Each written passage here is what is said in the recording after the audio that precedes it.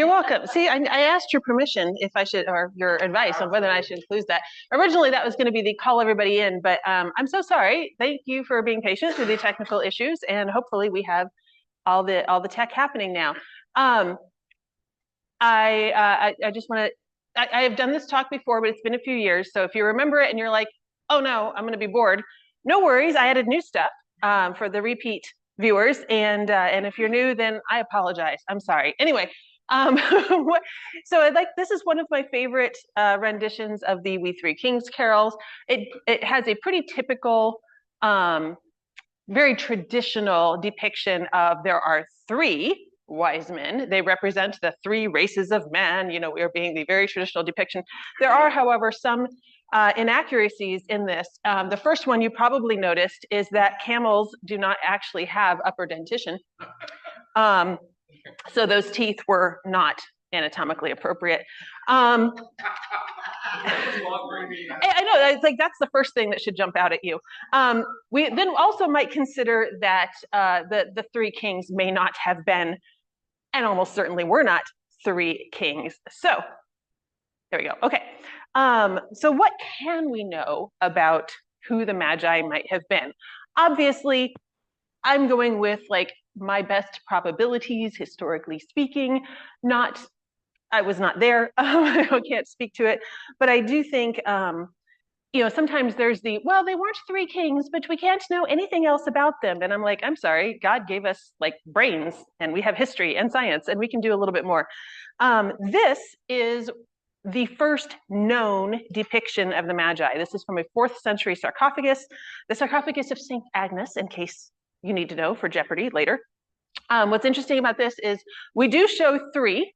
They do have camels. Their camels do not have upper incisors. And they are pointing, or tennis shoes. The camels don't have feet, so they're doing pretty well. And they are pointing at the star that they followed over the mother and child, which I think is a pretty cool for a first depiction.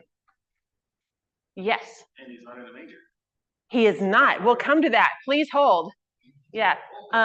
All right, this isn't working. Beep. Thanks. We're going back to my elementary school days with the slideshow beeping. All right. Anybody under 30, just trust me. Okay, so magos is the word from which we derive our word magi. This is a case where we definitely have some translation sanitation because the word is translated differently depending on where it appears in the New Testament. In Matthew 2, it is wise men. In Acts, it is magician. Okay, but it's the same word in the Greek. Early Christian tradition already started depicting these guys fairly differently than we do now. In early Christian art, there are anywhere from 2 to 8 magi depicted, not 3. That's a later traditional assumption. They are never called kings in early references. And what I think is pretty interesting is they are usually depicted in Parthian clothing. Parthia being like Rome, Judea, Syria, and Parthia. There you go. That's our map. Okay. In Western tradition, so our American, Western European Christian church tradition, Gaspar, Melchior, and Balthazar in their various spellings show up about the 6th century. That's when we name them and they become 3 of them and they become the 3 races and all the things. Other Christian traditions have different names for them, different quantities of them, and here's just a few of the other names that have been assigned to Magi over the years. Of course, none of them being actually recorded for us. These are all just traditional names. But here, this is the oldest known use of the word magi. It appears in this trilingual inscription by Darius the Great. This is 5th century BC. This is Darius the Great, not Darius the Mede from Daniel, which would have been really convenient for my theories, but didn't work out that way. But this is Darius the Great. This inscription was basically what the Rosetta Stone did for hieroglyphics. This did for cuneiform. So this is where we had a trilingual inscription. We used it to actually be able to interpret some of the other older languages. But this is the first time we see, so this word magus or magi or all of its various forms in different languages has been around for quite a while. And who did it refer to back at this time? So we're gonna go on my personal ride Again, if you don't like it, feel free to ignore it. Dad and I disagree on a couple of points. We're good. All right. Actually, I agree with him. I just had to put it differently in the book because of popular expectation. Anyway, where we are. Let's start by going back 600 years. Can I? Oh, here we go. Yeah, good. Boom. Okay. So 600 years ago, the Jews were carried off into Babylonian captivity. I'm talking about the one that started in 597 BC, because it did happen. They got carried off a few times. If you recall from your Sunday school lessons, this was when the best of Hebrew male youth was taken into the Babylonian court. They were given governmental positions. They were given, Babylonian names. This was for the purpose of cultural assimilation, and one of the best ways to control a captive population is to incorporate them and integrate them. So we have, in particular, several names recorded. You all know Shadrach, Meshach, and Abednego, which were the Babylonian names given to the three youths. And then we also have Belteshazzar. Belteshazzar, we usually refer to by his original Hebrew name, which, as any Sunday school child can tell you, is Daniel in the Lion's Den. Where's my note? There we go. Sorry, I'm running two sets of slides separately because of the way this is set up. So Daniel, we have recorded biblically, was a Reb Mag, the chief of the Magistanes. And we're going to go through a lot of words here, and I'll try to make them clear. So Daniel personally, was an administrator of the Magistanes over two empires, the Babylonian, and then when it switched over to Medo-Persian. And we have, that term is recorded for him in the book of Daniel. And we have the story about the lion's den and all of that. So we know, because of his high position and probably some good old-fashioned racism, that is how we had the lion's den incident that occurred. Here we go. I said he was chief of the Magistanes. What is that? That is the origin, that is the root word, the etymology source for what we call magistrates and magus, magi, all of those. This is, at this time, this was a council of state-sanctioned priest sorcerers. It's probably a great way to say that. They were priests. They had religious duties. They were ministers in the government. They had political duties, and they were the literal kingmakers. And we'll talk about that in just a second. So you can toss out that there is a not recorded in scripture. Daniel wrote a lot of things about the future. I think we all, Daniel, pretty famous for prophecy. And one speculation is that he had an additional book that got left with the Magistanes and handed down there that did not get recorded into Jewish scripture. I don't think we have to have that, but it's an interesting concept that, certainly plausible. But please change. There we go. The Magistanes themselves, again, they are the hereditary priesthood. They are serving both religious and political function. They actually lasted through 4 empires, so they had some duration and influence. They chose from the candidates of who could be king, they chose the actual king. So they were literal kingmakers. They had the power of confirmation. So these are people who, like the king, if you were ever hoping to be king one day, you kind of had to not take them off, because these on their business card it says we pick the king. Okay, so things that they would have had coming down through their history. They would have been familiar with Jewish religion and prophecy because, well, Daniel was one of them, okay, and did a lot of writing, a lot of prophecy. Traditionally, the Magistanes studied stars for both scientific and mantic purposes. Today, we separate astronomy and astrology. If you jump back at any point beyond very modern history, those are basically the same thing. They practiced oneiromancy, which is the interpretation of dreams. Why does this matter? Because we have a verse about them being warned in a dream not to return to Herod. These are people who would have understood that dreams could have meanings. And as I said, it says on their big business card, they are kingmakers. So Everybody just keep this in mind. We're going to jump forward to year 1-ish. Like, it's probably year 4 BC. I don't know. Anyway, we're not going to get into that. I got other stuff to do today. Okay. Actually, we're going to go back to around 60 to 40 BC because we need to talk about Herod for a second. We don't have photographs of Herod, but we do have some reasonable expectations of what he looked like. We actually have minted coinage with Herod's portrait on it that does change, and he ages with time. So more likely to be a better representation rather than purely idealistic. Okay.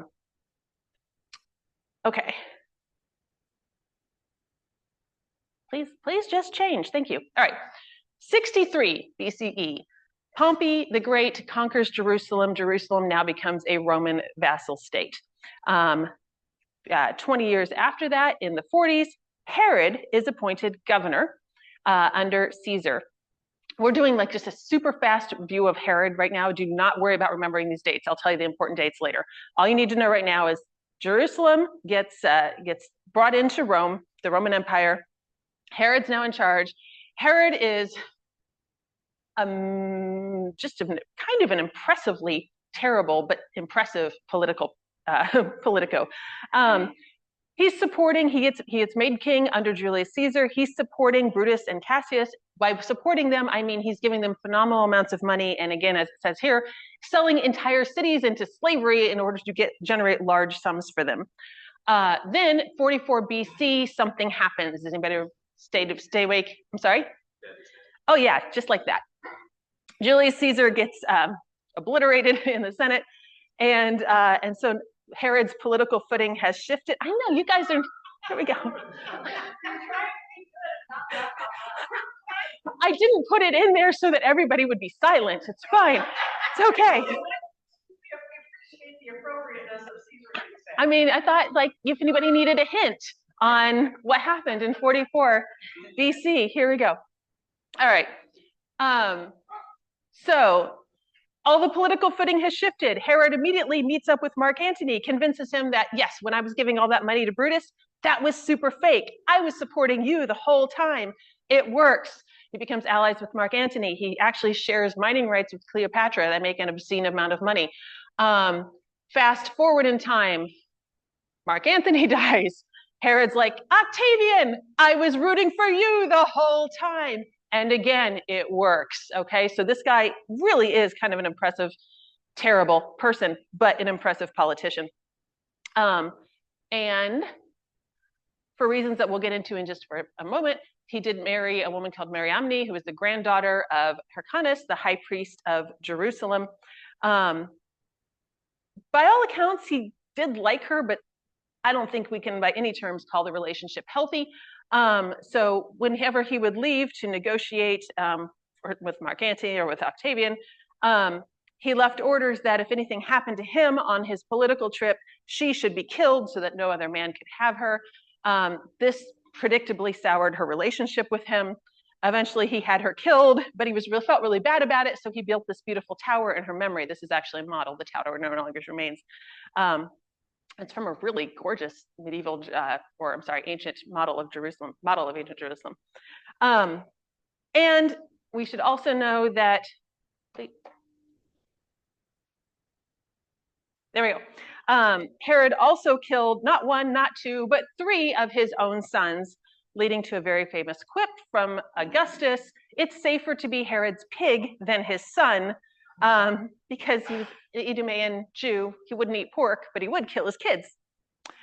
So what you need to know here is that Herod is a grade A weasel. He is a very efficient, a very effective weasel, but he's super slippery in politics. Okay, I told you none of that you needed to actually remember. I'm going to tell you the important dates here in a moment. The same thing here. We're going to go through a bunch of historical context. I'm going to throw a lot of names and a lot of dates at you very quickly. Do not panic. There is no quiz at the end. We're just getting some context, then we'll pick out the important bits. I mean, it's all important, but you know what I'm saying. Okay. In the 60s BC, Hyrcanus II, you heard that name before, he was high priest, and Aristobulus, they're brothers. They are fighting for the kingship of Judea. Okay. In the end, like they're going back and forth, there's a civil war about it. Pompey comes in and says, hey, guess what? None of y'all are king because Rome owns Jerusalem now. But we will establish Hyrcanus II as our vassal king. Jumping forward about 10 years, Crassus leads Roman legions into Parthia. Parthia, Syria, remember Parthians, they're going to be important here. He meets the Parthian army at more than 4-1. This should be a slam dunk, except it is not. It is, in fact, one of the most crushing defeats recorded in Roman history. Very politically significant, contributes to the murder of Julius Caesar, all kinds of things happen. The point is, Parthia and Rome absolutely do not like each other, lots of loathing happening, and we had a major war about it. Jump forward again, Antigonus II, who is the son of Aristobulus II, he attempts to take the, go back. He attempts to take the, he wants to become king of the Jews. It does not work out, but he made a good effort at it. And then 2 years later, he aligns with the Parthian king, who crosses the Euphrates in the other direction, returns the favor of invasion, and still does some significant beatdown. Antigonus II offers money and female slaves to get aid, and they do install him as king of Judea. This was a problem for Herod because Herod was currently king of Judea, or at least he was tetrarch, sharing it with his brother. He has to flee for his life. He first runs to Masada, then he runs to Petra. We all know Petra. It's got the old knight with the chalice belonging to Christ. And then, yes, and then from Petra to Rome for help and shelter. In Rome, the Roman Senate goes ahead and names him king of Judea. So he's moved up. He's no longer tetrarch. He's now king. However, he's king of Judea in a living room in Rome, whereas Antigonus II is still on the throne. 3 years of warfare later, the Romans and Herod do retake Judea. It takes them a full siege to get to Jerusalem for months.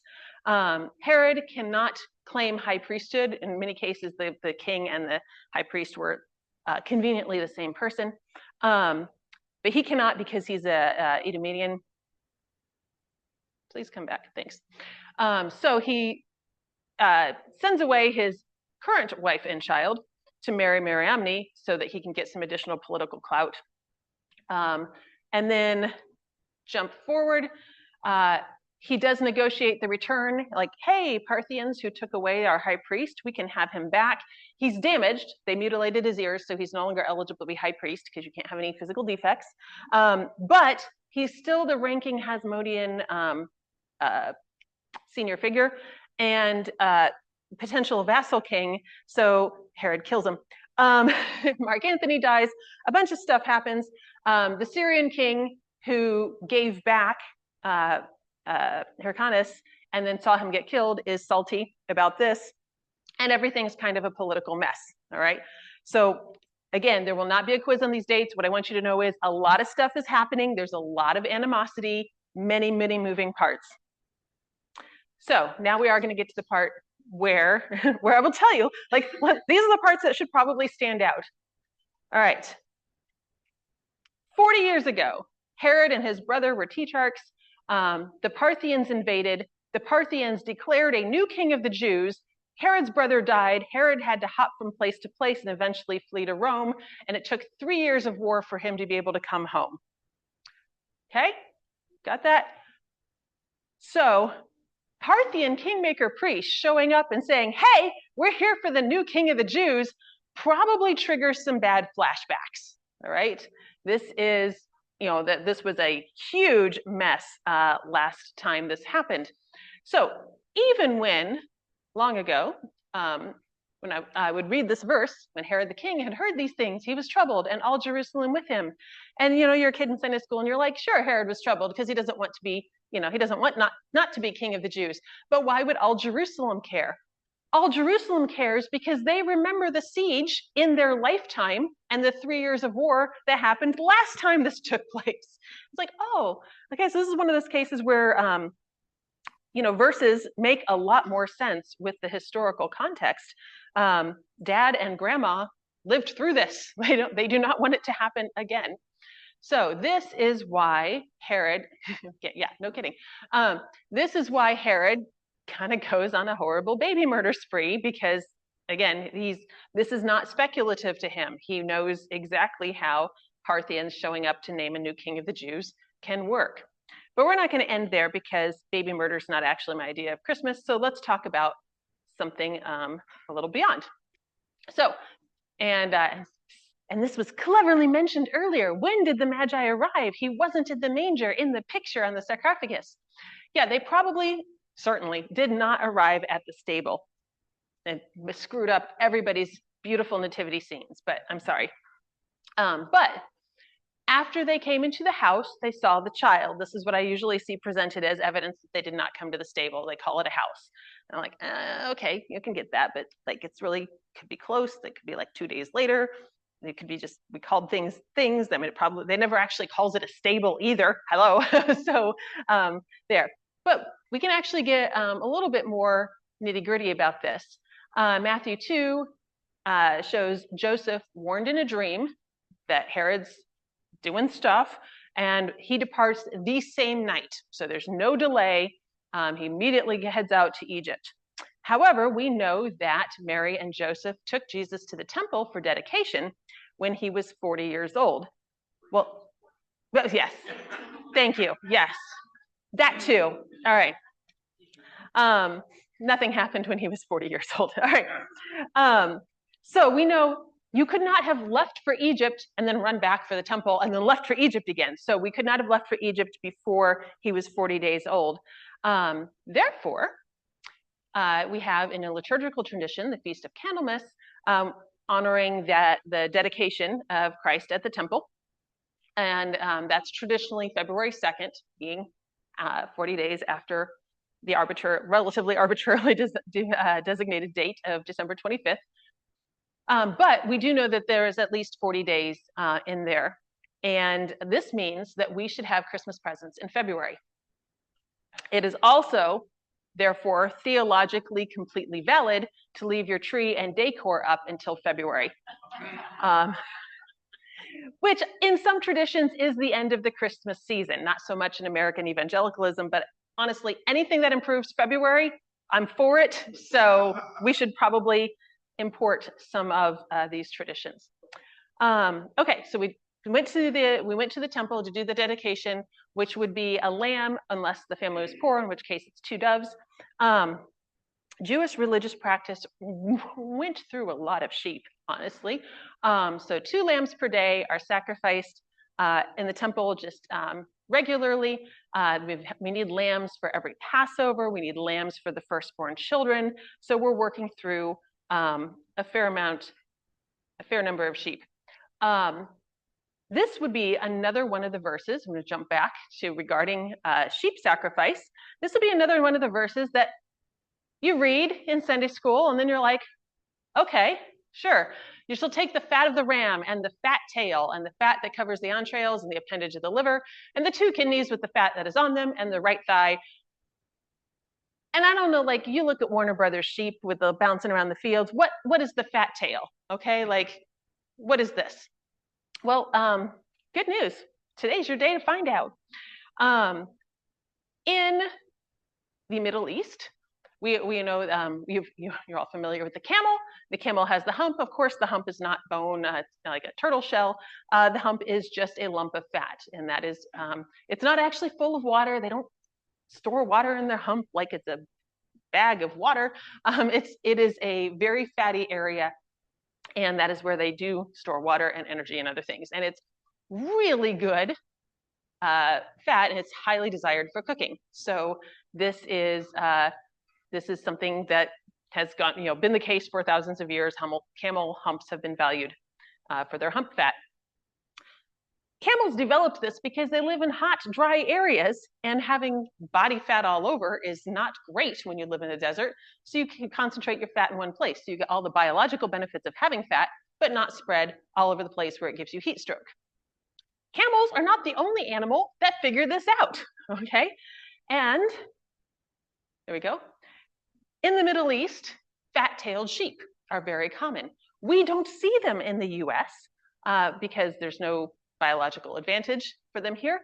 And they're not in the Warner Brothers cartoons. But there are two kinds of fat-tailed sheep. You see the ones with the tail kind of actually dragging on the left, and you see the ones on the right that just like they have the most phenomenal Kardashian butts. I don't know.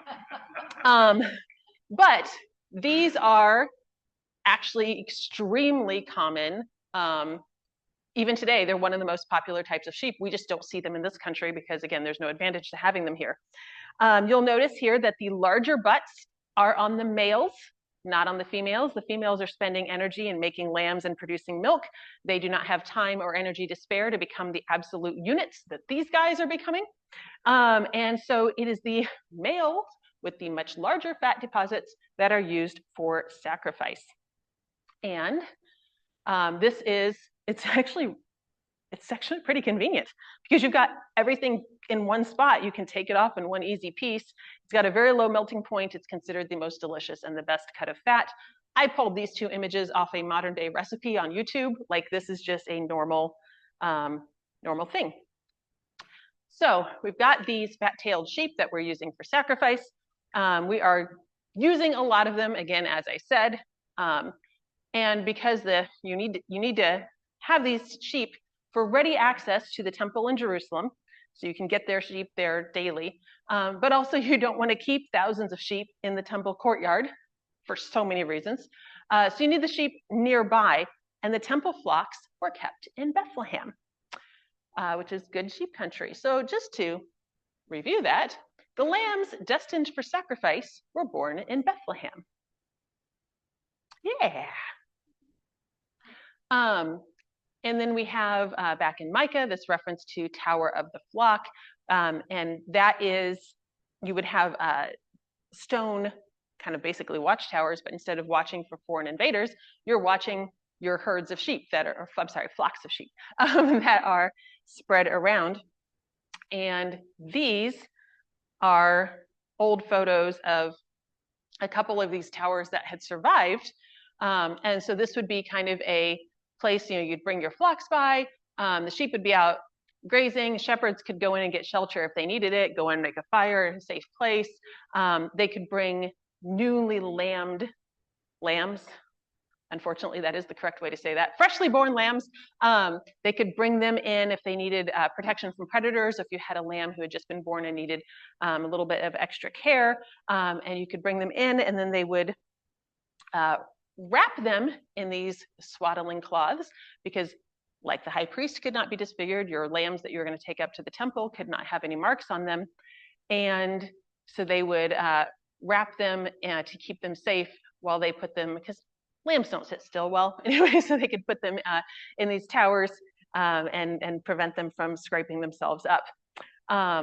So you've got an area with mangers and swaddling clothes ready to go, and the Bible never says stable. Okay, this is my suggestion. Was I there? No, but I'm saying this seems a more likely place to me. And allegedly, there are several of these ruins surviving. Was any of them the place? Impossible to say, but here's my idea. So there we go. This is my views. Again, I think some of this stuff is pretty plausible. I think none of us will know for certain. But my point is being that we have so many options to interpret things. Like the verses can be a little oblique at times, but then, history and cultural context make these make more sense. And so that is what I like to do. So yeah, sorry, I moved really fast through that because I knew we'd started a little late. So thank you for bearing with me. And I guess now we have question time. I'll make it up. So were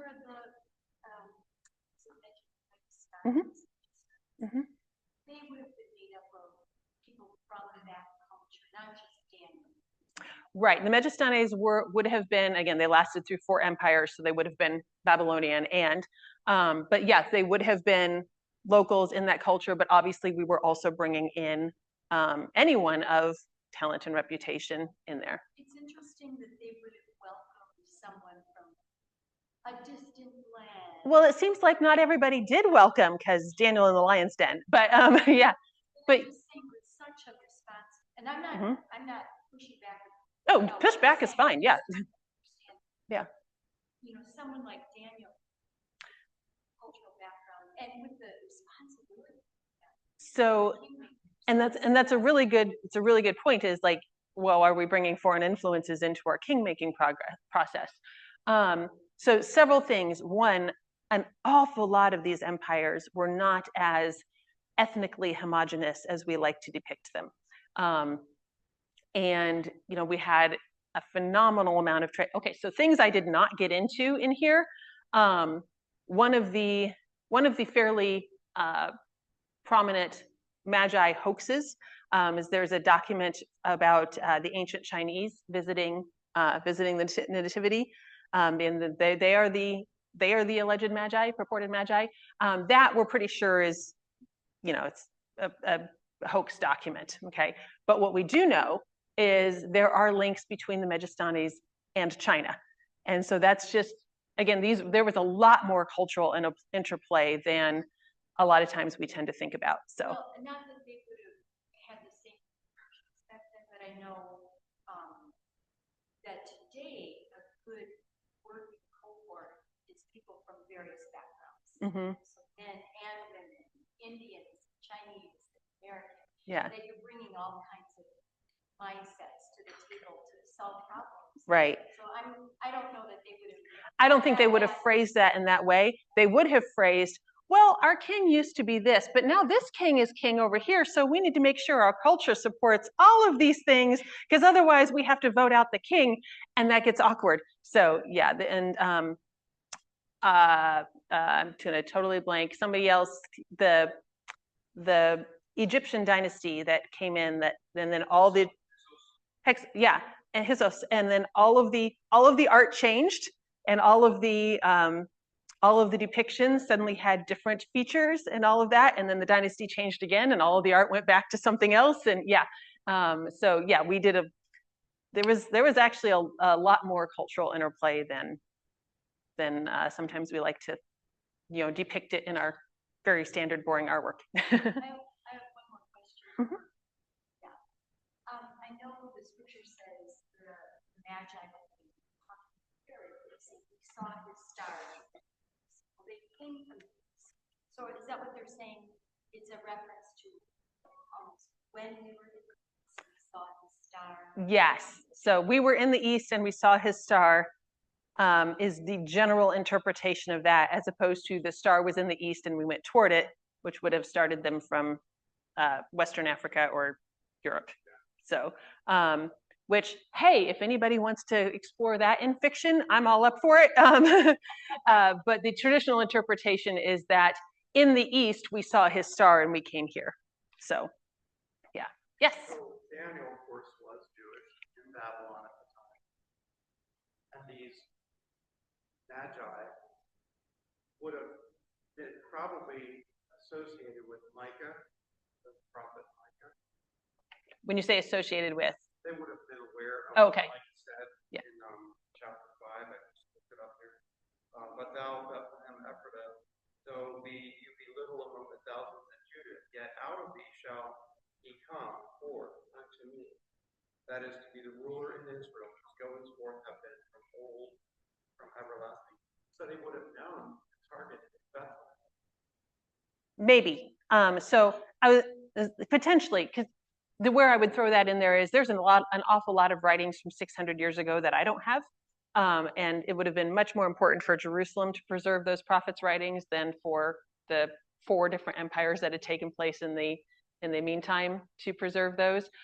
I'm not saying they didn't have them. I'm saying there's probably a reason maybe they assumed Herod would have been like, oh yeah, this is totally happening. I'm going to go welcome the king, and that was misplaced faith. Contemporary with Daniel? Well, not the same ones that came 600 years later. Yeah. Okay. Right. I mean, if things were written, maybe, I don't know. The answer is they certainly could have had copies of that. I don't know that we should assume they definitely had copies of that. So, Or maybe they did have copies of that, but they didn't have the Dewey Decimal System and nobody had dug it up yet. So I don't know. But they did not have the Dewey. But yeah, I mean, for whatever reason, they did go to Herod and say, hey, where's this happening? And Herod certainly had people who had the recorded prophecies. But Daniel, I think it's more likely that Daniel would have had his writings preserved there because he was one of them and an important one, whereas Micah was not either of those. So.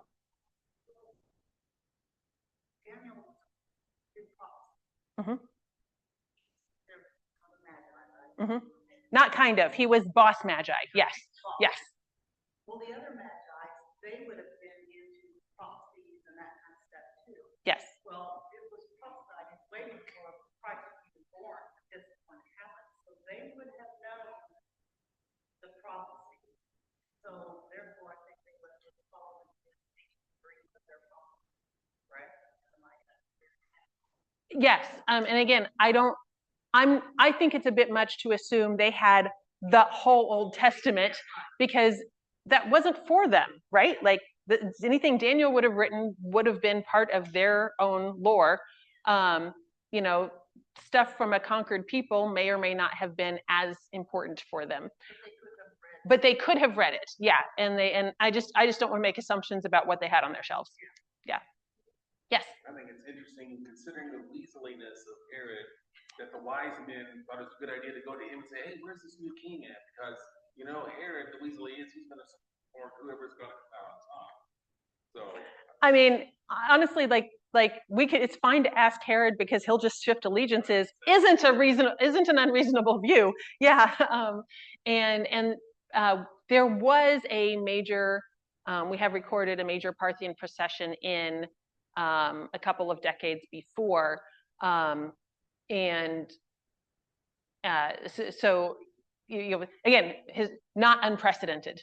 So yeah. Oh yeah, this was not 3 guys on 3 camels with improper dentition. This was an event. The Parthian procession recorded a couple of decades before was thousands of people. Like it was a major. These were very important religious and political figures with retinues. So. Yeah. Yeah. Yeah. Good point. So I'll just repeat for Zoom. If you do have a retinue of that size of foreign dignitaries come into your country, if they don't stop by the local state and say hello, that looks like an invasion. So we do want to, The logistics of having food for all that time during the trip, there had to be a whole lot. Oh yeah. More than just camels. Yeah. It also explains another reason why all Jerusalem was troubled. Because if you've got a procession of that size that arrives, and then especially with the memory of what happened in the past, it makes more sense. Yeah. Our inclination in our Western training is just to think that Herod's a bad guy, which is not wrong, because Herod's a bad guy. But it wasn't that he just got out of the wrong side of the bed and said, let's kill all the babies under 2. No, he was expecting fully to be deposed, and he was scraping as much as he could to. Herod was a bad guy and Herod was panicky. Both of these things can be true simultaneously. Yes. Yes. So, yes. So I think you probably covered it in some of the rapid fire history. Like what was the point then where Rome and Parthian got to the point? What got them to the point where they actually could come in without being viewed as a threat? Oh, you mean like when these guys came in to see Herod? Why was that not a threat? Yeah. I don't think it wasn't a threat. Like Roman. Not viewed as a threat by because society. if they didn't bring an army and they didn't murder anybody along the way, then they're just here on a state visit and whatever.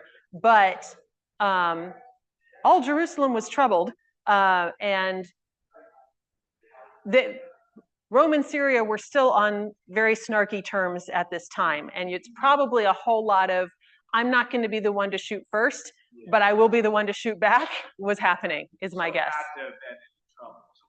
Had there been any troubles, there would have been troubles. Yes.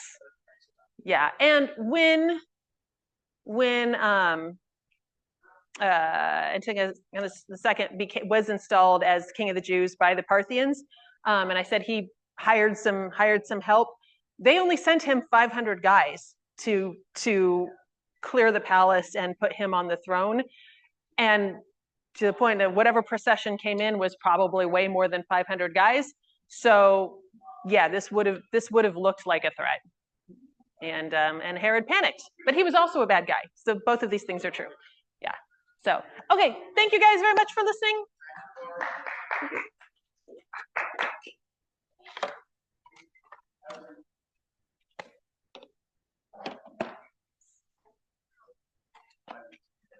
If you listen to WGNR at Christmas time and you hear different